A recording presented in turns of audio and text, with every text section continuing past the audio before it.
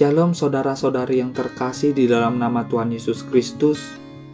Firman Tuhan yang menjadi renungan pada kita pada saat ini tertulis di dalam 2 Korintus 4 ayat 5-12. Begini firman Tuhan, "Sebab bukan dari kami yang kami beritakan, tetapi Yesus Kristus sebagai Tuhan, dan diri kami sebagai hamba-Mu karena kehendak Yesus. Sebab Allah telah berfirman, dari dalam gelap akan terbit terang. Ia juga yang membuat terangnya bercahaya di dalam hati kita, supaya kita beroleh terang dari pengetahuan tentang kemuliaan Allah yang tampak pada wajah Kristus. Tetapi harta ini kami punyai dalam bejana tanah liat, supaya nyata bahwa kekuatan yang melimpah-limpah itu berasal dari Allah, bukan dari diri kami. Dalam segala hal kami ditindas, namun tidak terjepit. Kami habis akal, namun tidak putus asa. Kami dianiaya, namun tidak ditinggalkan sendirian. Kami dihempaskan, namun tidak binasa. Kami senantiasa membawa kematian Yesus dalam tubuh kami, supaya kehidupan Yesus juga menjadi nyata di dalam tubuh kami. Sebab kami yang hidup ini terus-menerus diserahkan kepada maut karena Yesus, supaya juga hidup Yesus menjadi nyata di dalam tubuh kami yang fana ini. Maka demikianlah maut giat di dalam diri kami dan hidup giat di dalam kamu." Sedemikian jauh pembacaan firman Tuhan. Saudara-saudara yang terkasih di dalam nama Tuhan Yesus Kristus, yang menjadi tema pada saat ini yaitu kekuatan berasal dari Allah. Setiap orang pasti pernah merasa lemah, tak berdaya, atau bahkan merasa putus asa. Namun, sebagai orang percaya, kita memiliki pengharapan yang luar biasa karena kita tahu bahwa kekuatan yang sejati tidak berasal dari diri kita sendiri, melainkan dari Tuhan. Dalam 2 Korintus 4 ayat 7 mengingatkan kita bahwa kita adalah bejana tanah liat, walaupun lemah dan rapuh, namun di dalam hati kita tersimpan harta yang sangat berharga, yaitu kekuatan dan kemuliaan Allah. Firman Tuhan saat ini memberikan banyak bahan perenungan yang mendalam mengenai pelayanan, penderitaan, dan kekuatan Allah dalam kehidupan kita sebagai orang percaya. Ada beberapa hal yang perlu kita renungkan dari 2 Korintus 4 ayat 5-12. Yang pertama, fokus pada Kristus.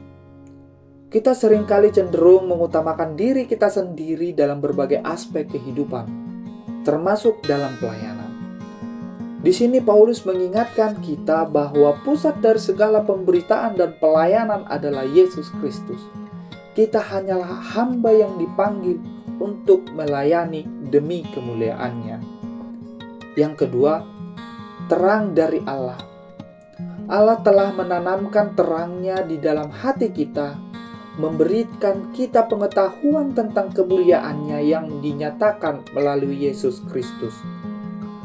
Terang ini mempengaruhi cara kita melihat dunia, memahami firman Allah, dan menjalani hidup kita sehari-hari. Yang ketiga, bejana tanah liat. Sebagai manusia, kita lemah seperti bejana tanah liat. Namun Allah telah mempercayakan harta rohani yang besar kepada kita. Hal ini mengingatkan kita bahwa segala kekuatan dan keberhasilan yang kita miliki berasal dari Allah, bukan dari kemampuan kita sendiri. Keempat, pemberitaan dan penghiburan. Paulus bukan hanya berbicara tentang berbagai penderitaan yang dia alaminya, tetapi juga tentang penghiburan yang ia terima dari Allah.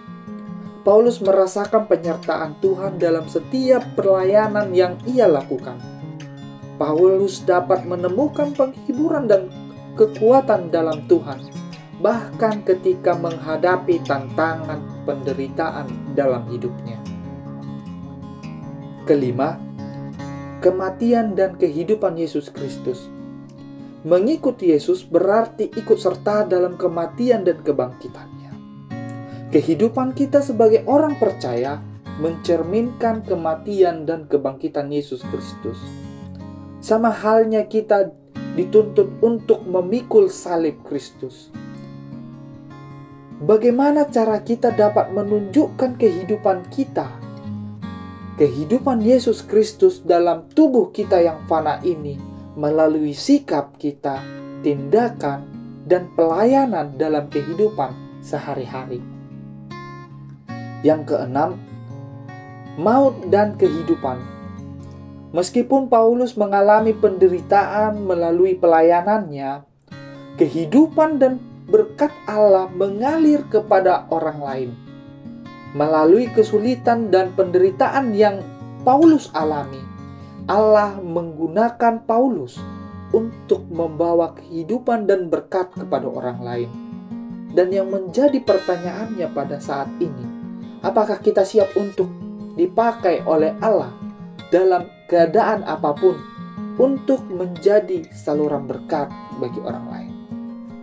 Melalui perenungan ini mengajak kita untuk melihat penderitaan dan kelemahan kita sebagai kesempatan bagi Allah untuk menunjukkan kekuatan dan kemuliaan-Nya. Dalam segala hal, biarlah hidup kita terus-menerus memuliakan Tuhan, memuliakan Kristus Yesus, dan membawa terang kepada dunia. Amin.